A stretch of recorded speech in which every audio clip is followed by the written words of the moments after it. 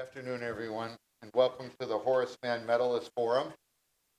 I'm David Lindstrom, Dean of the Graduate School, and it is my distinct pleasure to introduce our presenter, this year's medalist, Dr. Horacio Espinosa. The Horace Mann Medal is the graduate school's highest distinction for alumni who have reshaped their field. Today's honoree is a scientist whose curiosity spans from the nanoscale architecture of seashells to the future of personalized cancer treatment. Dr. Espinosa earned 3 degrees from Brown, including his doctoral degree in engineering in 1992, and he has gone on to become one of the world's foremost researchers in material science and personalized medicine. Today, Dr. Espinosa holds appointments at Northwestern University as the Walter P. Murphy Professor of Mechanical Engineering and Professor of Biomedical Engineering, and he directs both the theoretical and applied mechanics program and the Institute of Cellular Engineering Technologies. He leads Northwestern's micro and nanomechanics lab, where his team works across a wide range of research projects, from studying how natural and synthetic nanomaterials behave to pushing the boundaries of what medicine can do at the cellular level. His lab developed 2 technologies that could genuinely change how we diagnose and treat disease. The first, an AI-enhanced tool called nanofountain probe electroporation, uses electrical pulses to deliver molecules directly into single cells. The second, a device called a live cell analysis microfluidic device that allows researchers to sample enzymes from living human cells over time without destroying them. Together, these tools open a door to unique personalized treatments. His contributions to fundamental science are equally staggering. With over 600 published papers, Dr. Espinosa ranks 77th in the entire world for citations in mechanical and aerospace engineering. His studies on carbon nanotubes and the microscopic architecture of mother of pearl in seashells and on the behavior of materials at the smallest imaginable scales have become foundational references for researchers building the technologies of tomorrow. He is a member of the National Academy of Engineering and has earned some of the most prestigious medals mechanical engineering has to offer. In addition to his groundbreaking research, Dr. Espinosa has dedicated significant energy to mentoring graduate students and postdoctoral fellows from underrepresented groups through a national initiative called Future Leaders in Mechanical and Aerospace Engineering. Today, he will speak on the topic of a journey across scales, from structural engineering to living systems. Please join me in welcoming Dr. Espinosa.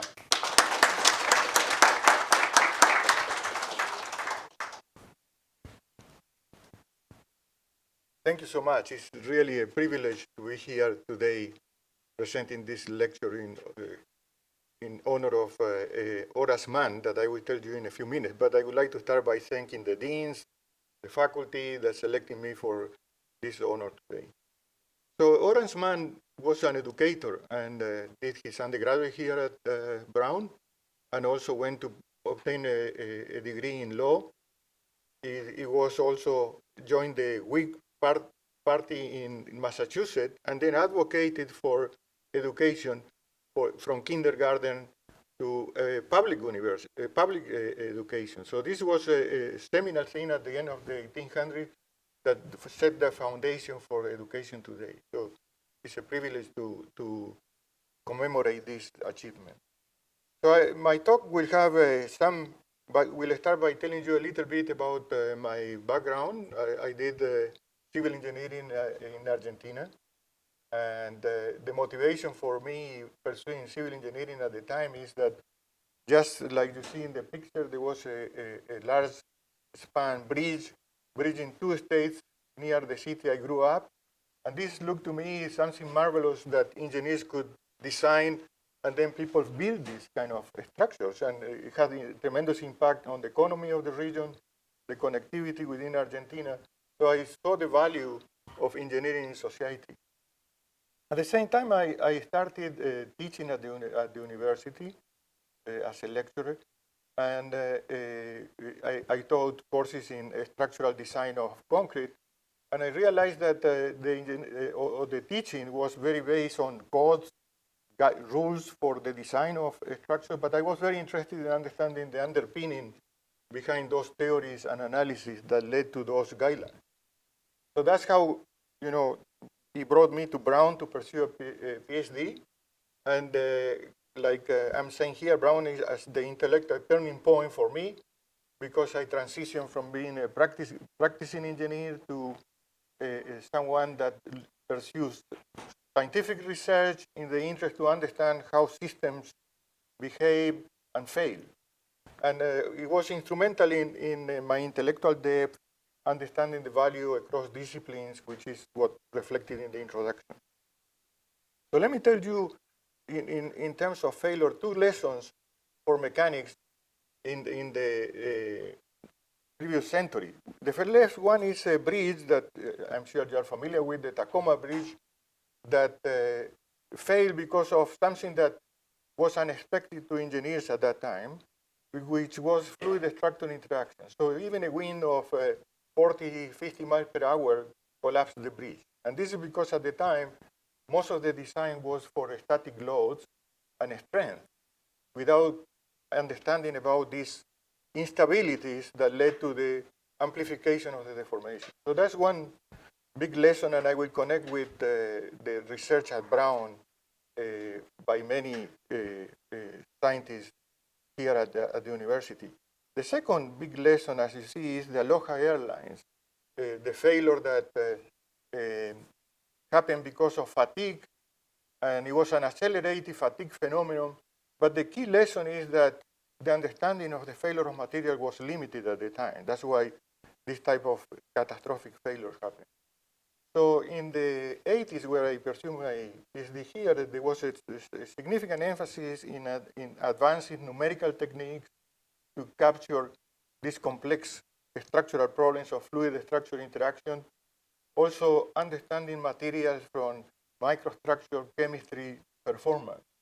So that's something that was relatively new at the time. The tools were there because of computational power, different theories. And that was a turning point also in the practice of mechanics. And I realized that mechanics is a sort of universal language that touches or gives principle to analyze many aspects of life. For instance, natural materials, like you see here, abalone shells that it was mentioned, and I will describe this in more detail, but also in living tissue, like, for instance, cells in our skin that connect and have a fiber structure that is very important in preserving the integrity of the skin. So living organisms, synthetic materials like nanomaterials that I will tell you more about, that arose from the Clinton initiative of nanotechnology.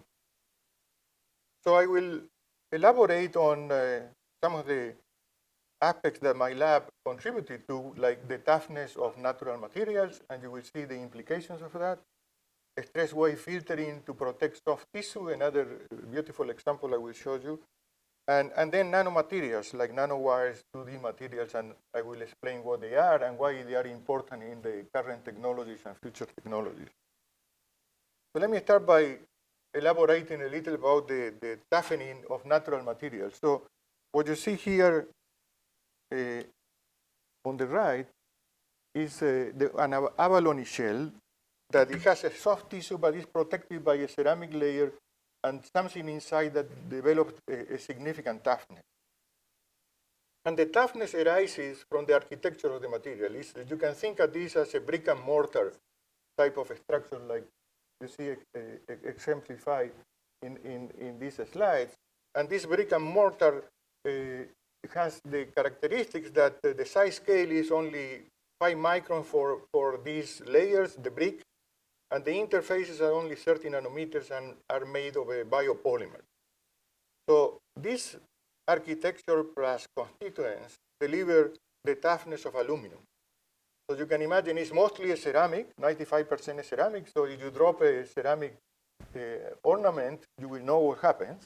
But if you drop something like a Necker material, it will be the equivalent of the resistance of aluminum. Nothing will happen. Maybe it will scratch or something like that. This is the evolution of nature, the impact of evolution in developing organisms that can protect themselves and resist predation. So incredible materials that inspire entire communities in chemistry, material science, mechanics, to understand not only this type of structures, but many others that you can find in nature.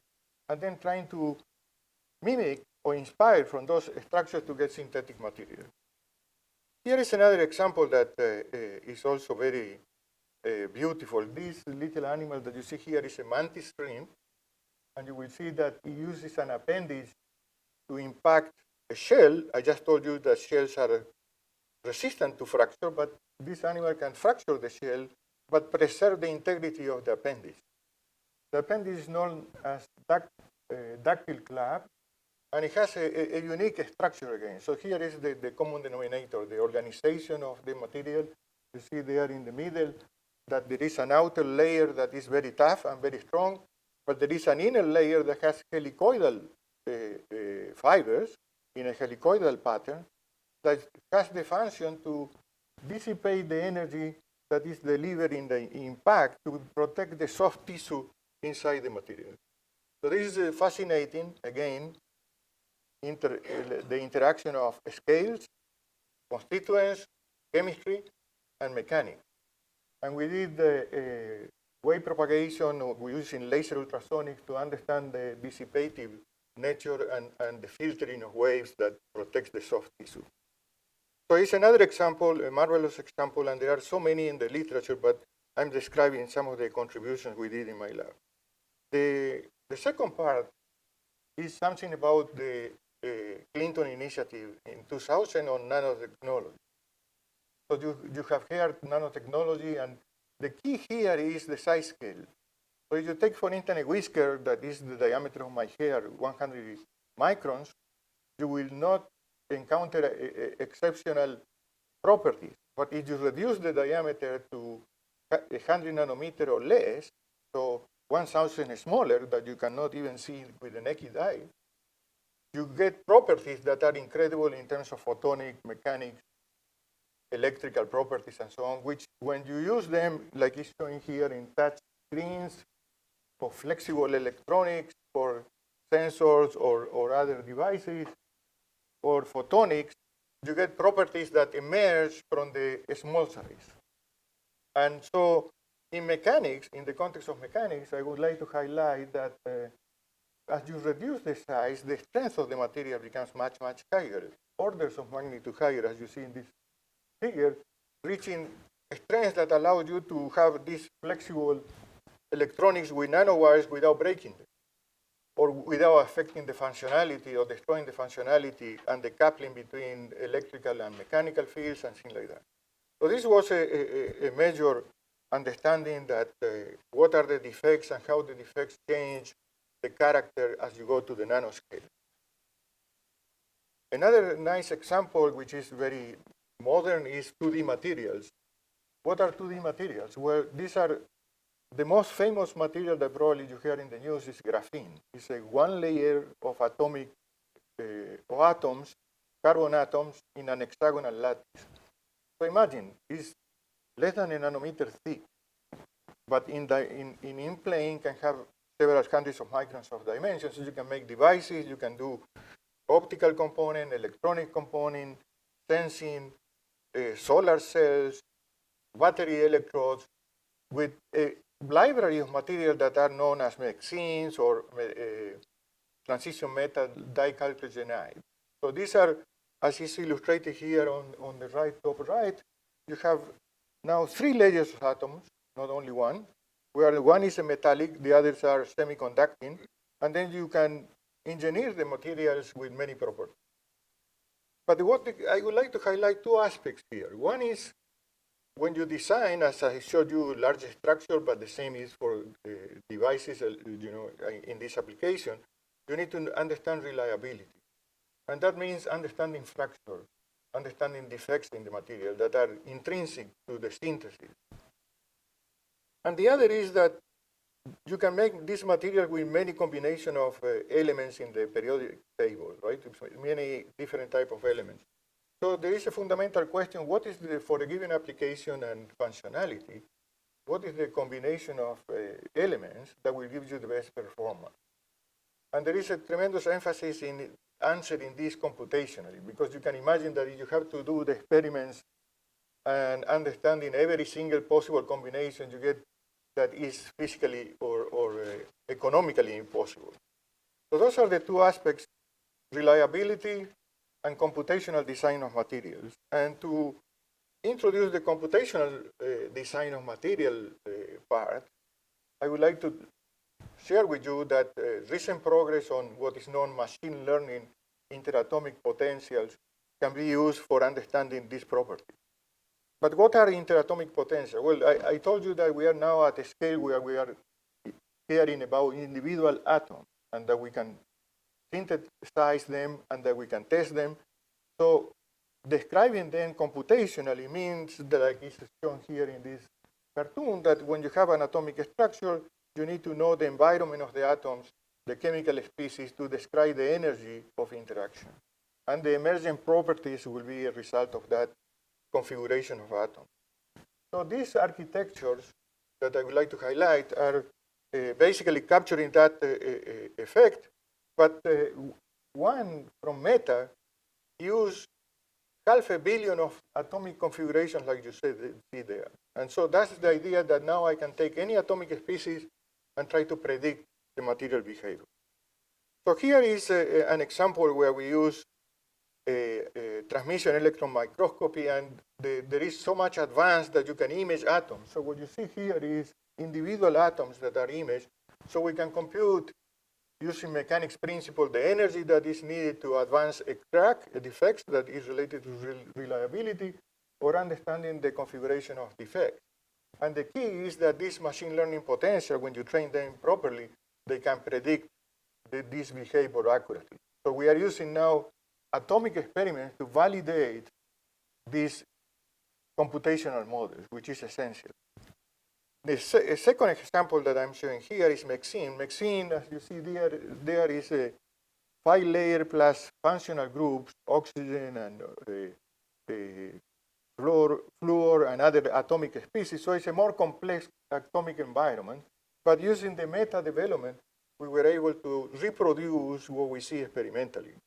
The lesson is that now we have confidence that these computational tools can really predict many species, and it's amazing, right? Now we are fulfilling, and of course it took the deep pockets of a company like Meta to do this training.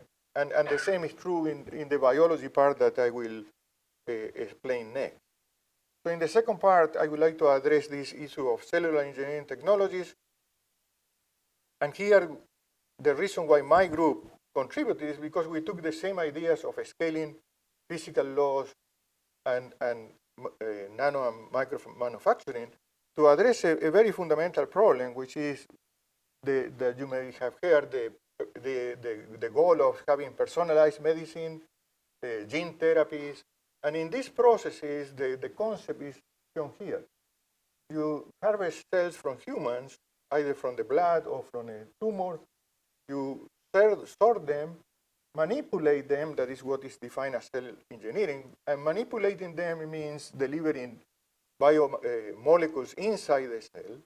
It could be even changing the DNA sequence in the cell to do gene editing, or it could be other manipulations. But you have to then penetrate the cell boundary, which is this membrane that doesn't automatically allow you to transfer biomolecules. And then after you manipulated them, you need to characterize them. You need to see, and that is the whole field of cell analysis. And then you can use these cells that are, for instance, stem cells or cells, because you can also reprogram these cells and create what is known as organoids that try to mimic parts of the body. And then you have good models to start doing drug screening, understanding disease, mechanisms of disease, because if you understand mechanism, you will have a way of doing some intervention to stop something that leads to the progression of disease. So we developed a number of technologies, which I will tell you in more detail in a few seconds. But the idea was to use engineering like robotics to manipulate a probe that could access a single cell and detect the position, the contact with the cell membrane, and then through electric fields, permeabilize the membrane and deliver the biomolecules inside, right? So that's one of the key things, and doing this at the single cell was very important. We extended to arrays of microwells to have many cells, because typically in many situations you want to have many cells. But the third thing that we did that was kind of unique was not delivering inside the cell, but generating architectures in microfluidics where you can culture cells and sample from the inside of the cell molecules. And I will show you an example of the samples of enzymes in cancer cells. So this is a little more about the technology. It has a lot of engineering, which to make engineers proud, because this fate of controlling things with micron resolution, nanometer resolution, but embodies many progress in manipulation, software, electronics, and so on. We are using also machine learning algorithms to recognize where the cells are, so you can manipulate clusters like is shown here. And one of the hallmarks of this work was doing single-cell gene editing. And you are familiar. So doing at the single cell uses the concept that were understood, that is the delivery of a protein that is known as Cas9, one of the proteins that will go and find certain regions in the DNA with a certain sequence using a guide RNA. So RNA is another biomolecule that will guide the cleavage, and with that you can do a knockout, or if you have a donor DNA, you can change the gene of interest. So for instance, this type of technology is using now for sickle cell blood disease. So it is progressing also for macular degeneration in the eye. But our objective was to give tools that can empower biologists and physicians to look at fundamental mechanisms. And here is an example. If we take the kidney, you know that there are many people that suffer from kidney failure. And that is the result that there is a structure, a globular structure in the kidney that essentially has capillary where the blood flows, and then it filtrates metabolites with a membrane layer using what is known as podocytes, and that goes to the urine.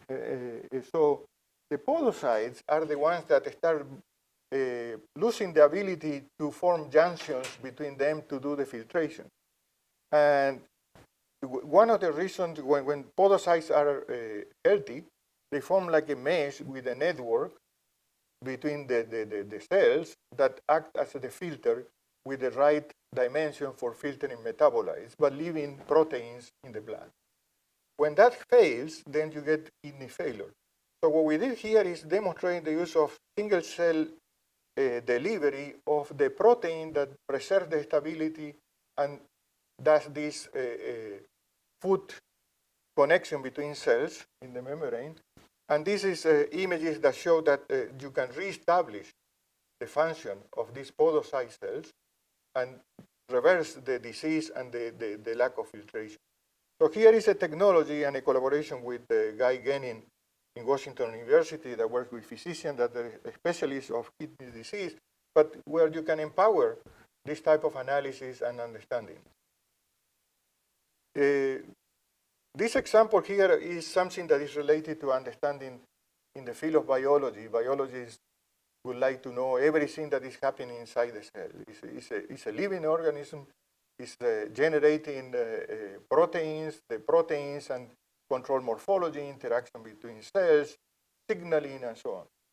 So having the ability to understand what is happening in that machinery, in that living entity, is very important. We did a little dent into that question by doing temporal, non-destructive analysis of the insides of the cells. So there are very key words there. Understanding in time over days. Non-destructively means that you don't destroy the cells. You let them function in colonies or in isolation, whatever you are doing. and understanding what is the inside of the cell.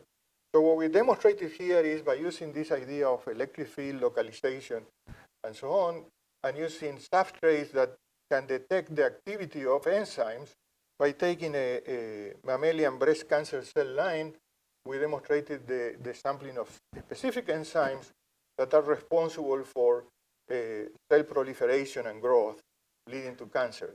So now you can do studies where you understand the activity of these enzymes and introduce inhibitors that can prevent the proliferation and the development of cancer. This is just one example. It's up to the imagination of people that want to use this kind of technology. The last topic is an extension of that microfluidic device with multi-layer architecture. We have a collaboration with the Kessler group in the medical school.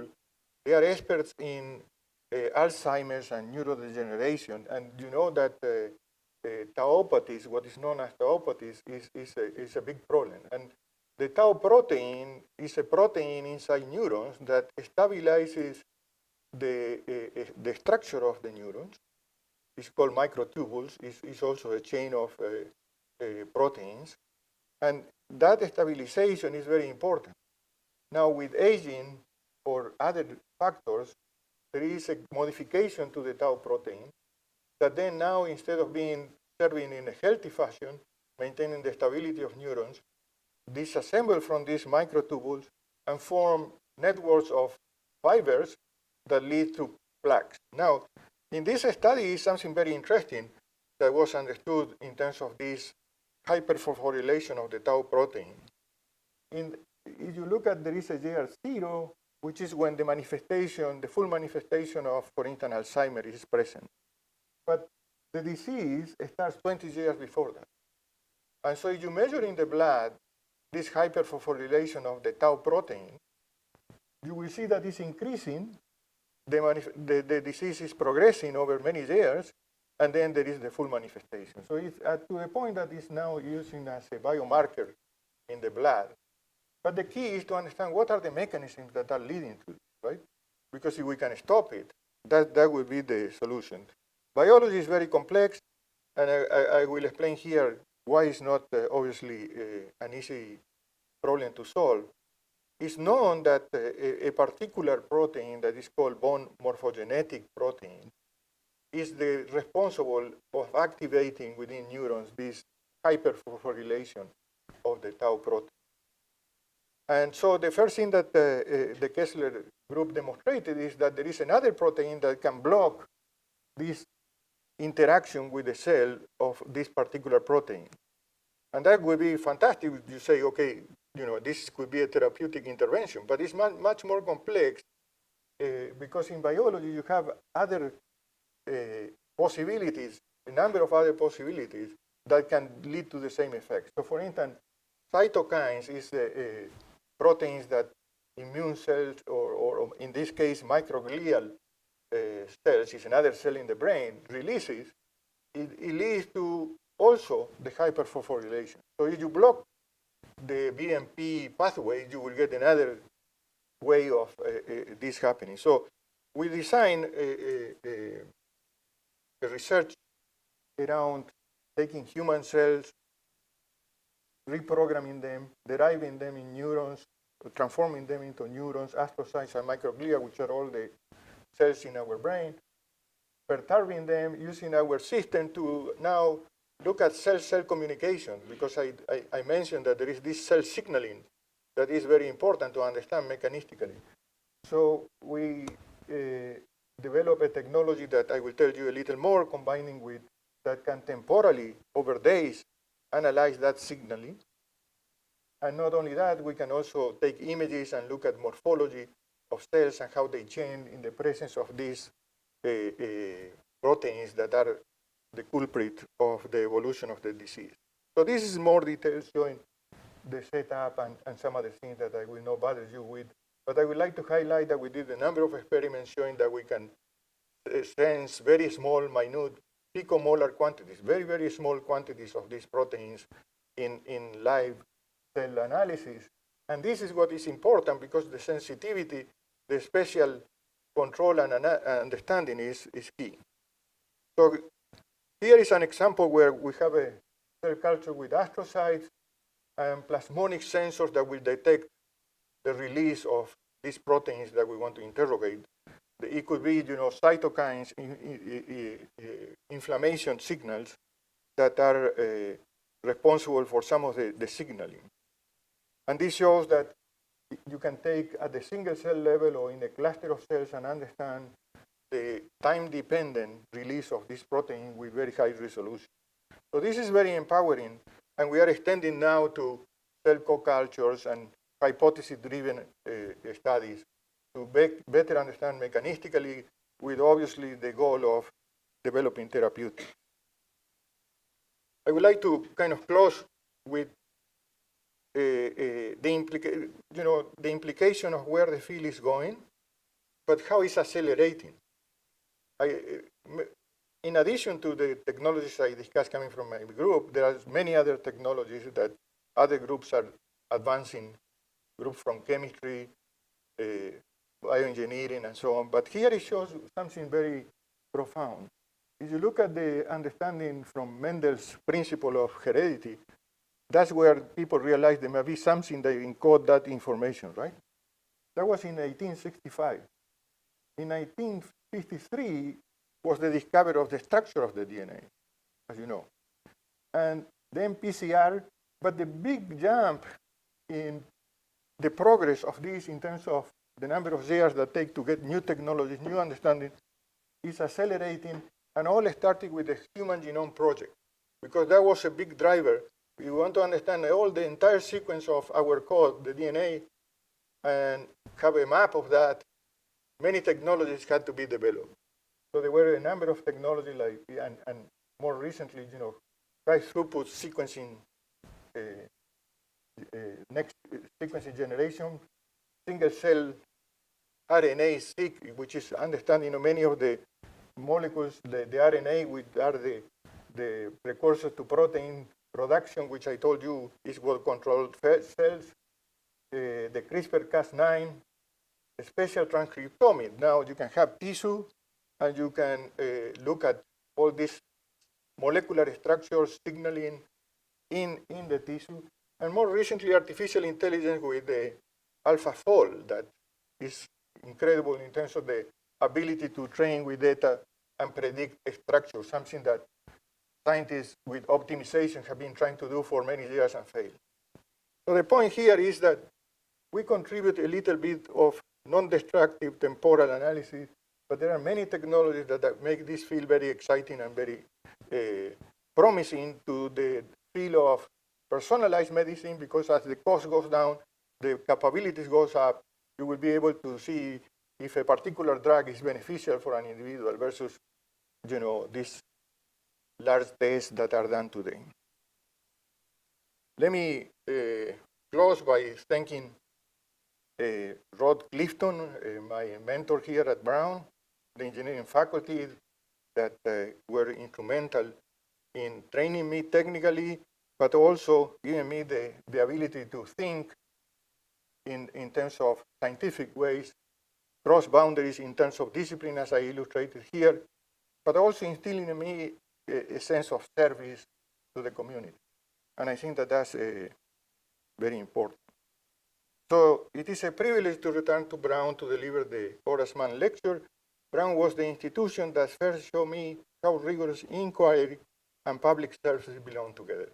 Thank you.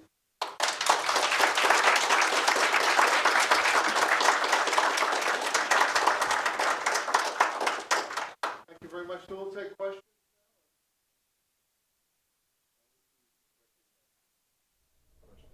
Sure.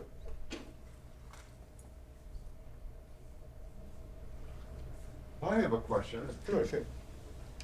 You started out as an engineer, structural engineer, and for someone outside of the field, in the end, it looks so much like chemistry, physics, and biology. And so if you could talk a little bit about the interdisciplinary nature of the work and how that's changed in the way we need to train scientists in this working in this area. Yeah, that's a very interesting question, and is the environment that is shaping the direction that one can take. You think in terms of what the contributions, a particular training, but new learning. To learn all this, I had to learn a lot about biology that I never, took in any serious way. I will never be a biologist, but I can at least communicate across the boundaries and provide meaningful interaction. So the collaboration, the ecosystem in universities, the funding initiatives, like I mentioned, the nanotechnology initiative, many of the bio initiatives, that's what is shaping. And I would say that the training was very good and that intersection between applied math, engineering, and physical insight, because many of the things we did, even for cellular system, was this understanding and modeling even of the transport of biomolecules inside cells by the application of electric fields. So that requires a lot of engineering, differential equations. So the investment in the future, when you study at the fundamental level, it opens many doors and makes you less concerned about crossing disciplines. Is it easy? Relatively no. It takes courage. It takes, looking that you don't understand certain things. And I was never afraid of that because I saw the value, right? The goals drive, and then, with conversation and you identify good collaborators that can really contribute to certain goals. And you define the goals with them. It's not like everything came from my understanding of the field. No, on the contrary, it's understanding and having a dialogue and developing relationships. That's something AI maybe will never be able to do. But those relationships were instrumental in taking all this direction. So also participating in a nanotechnology center at Northwestern, collaborating with Chad Mirkin, that is a chemist in different aspects. He also went in nanomedicine, and we still collaborate. So it's that environment. I think that's the part that universities play a big role. Horacio, you've been directing the theoretical and applied mechanics program at Northwestern for some time. Right. So it's the sum total of your experiences as a researcher. Based on that, are there any changes or additions or founded into the theoretical and applied mechanics graduate education that you think should happen or needed to promote the kind of interdisciplinary research that the world is moving towards? Yeah, this is a very interesting question, and the answer I would like to give is this: at Northwestern and many institutions, like here and others, people have this language or common denominator of mechanics principles, but they are very versatile in terms of doing computations, in solving numerically complex problems. So when you look at the community and you go to conferences, and that's what happens also at Northwestern, they embrace, machine learning, optimization, battery material. You work on battery materials. These are modern topics that our community can contribute. What is a little more difficult is say, can only the applied mechanics community contribute to this in a meaningful way? Well, the answer probably is no, but that's not the question. That's not the right question to ask. If you have faculty in your college, you want to empower them to really transform themselves, evolve, learn new things, identify good problems to solve. And that's kind of the spirit of TAM at Northwestern and many other places. I'm sorry, I didn't understand how are the 2D materials engineering? Is it by, are you using carbon as a layer, as a substrate, and then adding onto it certain other atoms? Or are you just changing them across the... You're asking me about the 2D materials, right? Yes. So let me go to this. That shows many interesting applications. These materials are synthesized in using chemical vapor deposition. Essentially, you are synthesizing atom by atom, and the community developed the tools to do this. The key is what type of atoms I need to use from the many elements I have in the periodic table. And we know that there are, different characteristics of this, so they may be narrow, but if you want to look holistically, what are the combination of atoms that will lead to properties that may be best for solar cells? Like transistors, for example. Right, and also transistors, because there are many properties in transistor in terms of, electron carriers, the speed, many things that, now we have probably transistors made by the best manufacturers of 2 nanometers in length, the gate, one of the critical components. So these were coming as some substitute to those materials, graphene in particular, and interconnects and things like that. So the ability to make these materials to have, but the properties come from the fact that it's only few layers of atoms, so it's extremely discrete. That's what nanotechnology brought. When you reduce the dimensions, things are changing.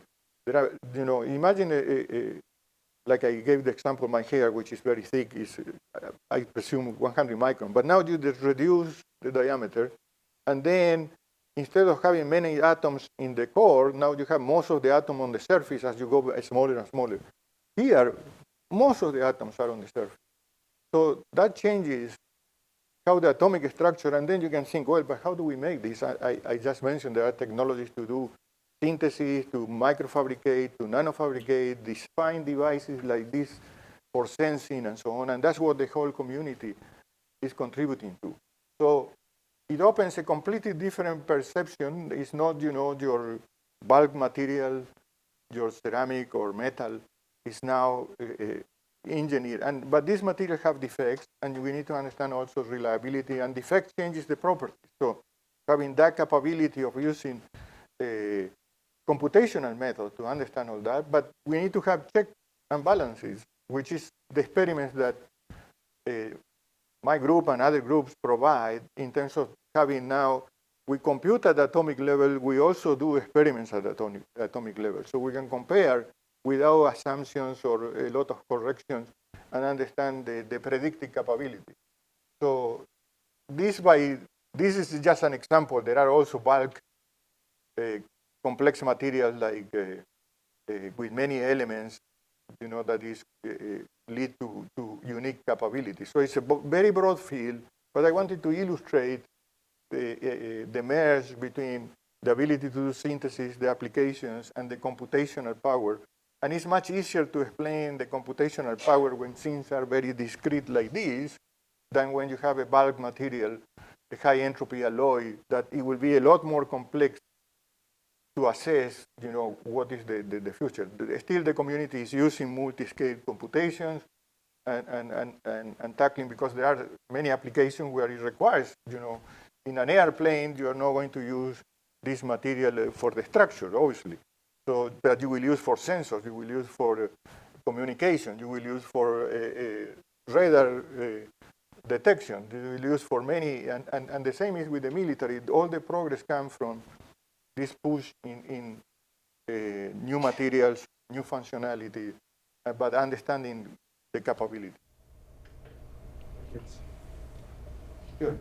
So I'm a high school student, really interested in this whole field of biomedical engineering, and just a big area of interest for me is kind of something along the lines of what you're talking about with organs on chips and using machine learning as ways, as you're talking about, enhancing the predictive capabilities. And I guess you were talking about personalized medicine, and something I've read about is what you're saying with taking the stem cells or cells from the tumors and using these models to study more targeted treatments. So I was wondering about your thoughts on using machine learning in that context for predicting with the personalized medicine, and also just that field as a whole, the combination of organoids and organs on chips and machine learning for other applications like alternatives to animal testing and just the other applications. Yeah, this is a beautiful question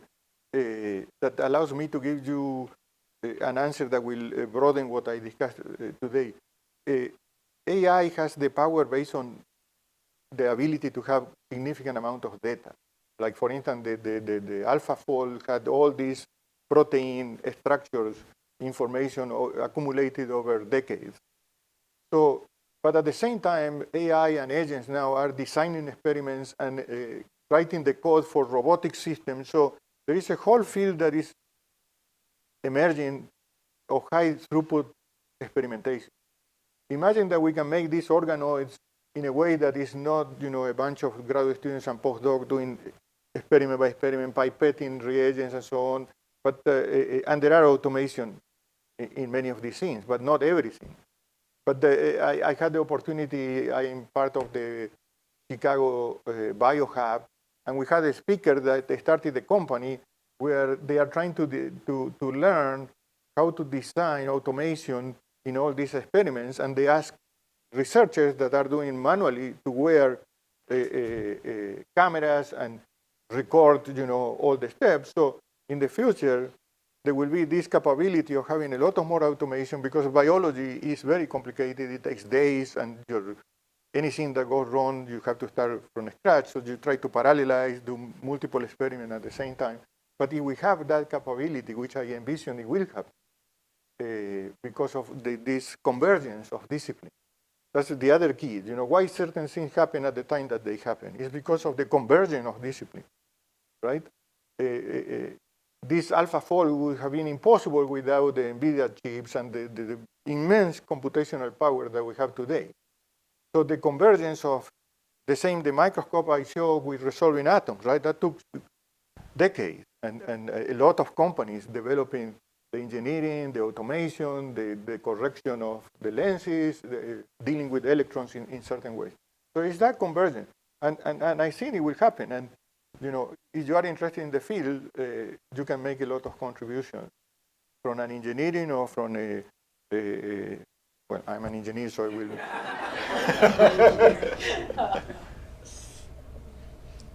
Last question? Oh. Oh, is that Go me? ahead, go ahead. 2 more questions, yeah. Okay, thank you. I wanted to follow up on your discussion, I think, from your question about the interdisciplinary nature of what you do and how you're not a trained biologist, but you became conversant enough to engage and grow your work in this way. I was wondering if you could teach us from a practical perspective how you were able to overcome maybe some of the human ego protectionism of different, people protecting their disciplines, and maybe are you familiar with the term of imposter syndrome coming in and potentially like how the fact that you broke through that is amazing and wonderful and what has led to so much of this.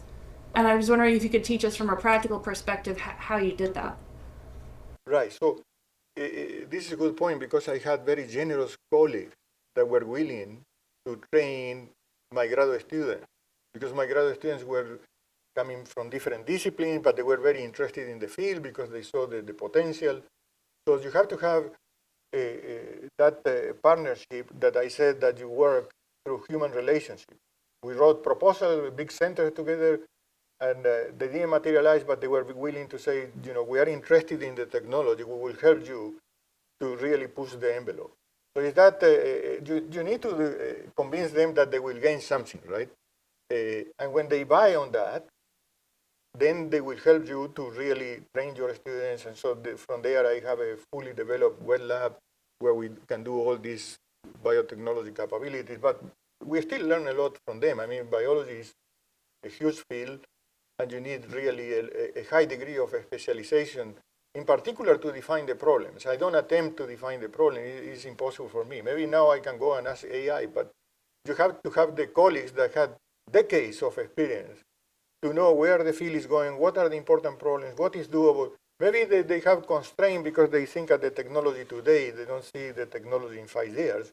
And that's where we come in and try to persuade them. And some people are very humble and open to that kind of initiatives. Not everybody, but that's okay. That's life. You just identify the people that you can work with. It's not easy, and it's at times frustrating because, in mechanics, I'm considered very capable, very knowledgeable. In biology, when I started, or even now, I'm not considered. But that's not my problem. My problem, I like the objective, the goals, and what I can contribute to move the field. So I'm not a big ego person, more driven by how to advance technology, serve society with these big problems. And maybe, many times you fail, but what remains is all the students, postdocs that are trained, that will continue that. And that's probably the biggest legacy any faculty member can have. And that's we come back to Horace Mann, right? If you ask me, what is the most important thing you did in your life? In addition to marry my wife, that is here with me, which I should thank because supporting me over all these years, I would say that is the training of the next generation. You had a question? If you don't mind, yeah, sorry, I'm a mere computer scientist. Love your talk, truly inspirational work. I'm curious, you've been using the word AI over and over, and I think unfortunately this term has gotten perverted in the public. They think, you're not going to ChatGPT and typing in saying, solve my problem. So I'm wondering if you could comment a little bit more about the technical aspects of that. Like, I assume you're primarily referring here to something like machine learning, Yeah, deep machine learning. learning. And if you could talk a little bit more about what aspects of these sort of learning systems, reinforcement learning, things like that, what are you actually using for, since we're a somewhat technical audience here, some of us. So. Okay, excellent. Yeah, see, we also learn a lot of these tools, and I show, for instance, how we can use UNet, that is a class of neural network, convolutional neural network, but with more architecture, to identify the position of cells, the nucleus, and control, for instance, so we are specific in how we use the tools within the goals of something that is, for us, a little bigger. It's very difficult to compete with computer scientists or other people that have been working on this forever, but the tools are there, and we use the tools, and sometimes we need to modify them. We had to make code writing modifications, and that's one example. We use a lot of, for design of metamaterials, we also use other algorithms that are based on DeepONet that was developed here with Karniadakis. Those are extremely powerful because many technical reasons, but we are using those, and we are excited with national labs. I attended a number of presentations where national labs that typically have larger groups and good resources. They are developing many agents for defining research or for having material science define goals and automation, like the same that I talk for biology is true for material science. So leveraging all that, establishing relationship with those groups, they are eager to have people that will test and demonstrate and contribute to that. So there is where I think, sometimes say how I compete with Meta or Google. Well, that's not the idea. The idea is find problems where you can solve something interesting and see with the collaboration, so you don't reinvent the wheel that is painful, although it's a good training, but a better training is to interface with people that have advanced some aspects of what you need. Well, we're going to have to finish up because we got another forum coming in right after. So you're free to. Thank you so much.